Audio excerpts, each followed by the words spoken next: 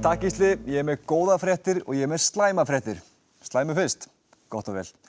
Fólk sem byggir íbúðir handa ungu fólki í Reykjavík í dag rukkar 40 milljónir fyrir þær og ef unga fólkið, sem reyndar aldrei eiga efni á þessum íbúðum, eignast barn, þá eru líkur á því að leikskólapláss fyrir fermingu sé jafn fjarlægur draumur og Frikki Dóri í Eurovision. Við fengum 1 tækifæri.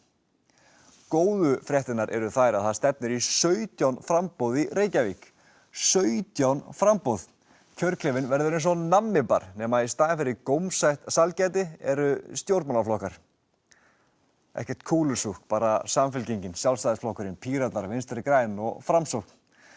Ekkert hlaup heldur bara Alþýðufylkingin, Frelsisflokkurinn og Höfuðborgarlistinn. Engar fílakarmelur, bara Flokkur fólksins, Miðflokkurinn og Íslenska þjóðfylkingin. Og alls engir súkkulaðihnappar, bara Kallalistinn, Borgin okkar Reykjavík, Sósíalistaflokkurinn, Kvennaframboðið og Karlaflokkurinn. Ok, þetta voru kannski ekkert svo góða fréttir. Og nú langar mig í nammi. Ég ekki að segja að það sé vesen að vera forseti Bandaríkjanna í dag, en það er augljóslega vesen að vera forseti Bandaríkjanna í dag.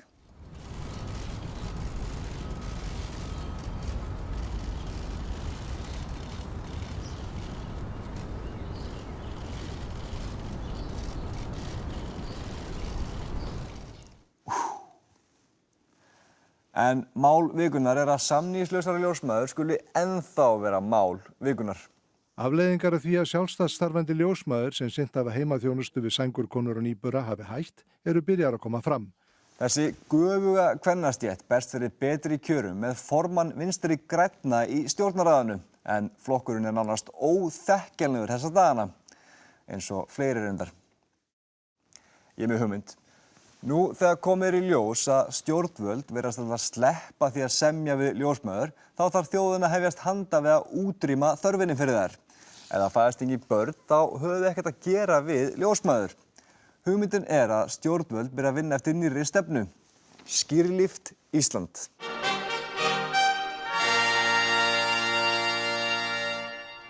Til að framfylgja stefnunni þurfum við öll að leggjast á eitt. En við mögum alls ekki leggjast ofan að hvert annað.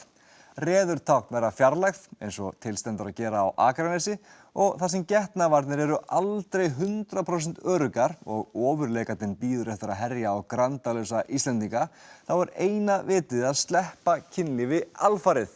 Þannig að börn verði bara ekki til, eins og þáttaka Daða Freys í Eurovision. Þar fór tækifæri sem kemur ekki aftur. Gott fólk. Þetta er svo einfalt. Ljósmæður veita stórkostlega þjónustu, alveg ótrúlega, óeigingjarn og nauðsynlega þjónustu. Fæstir nýbakaðir foreldrar vilja án þeirra vera, en við þurfum ekki á þessari þjónustu að halda ef við hættum bara að ríða. Gleðilegt sumar.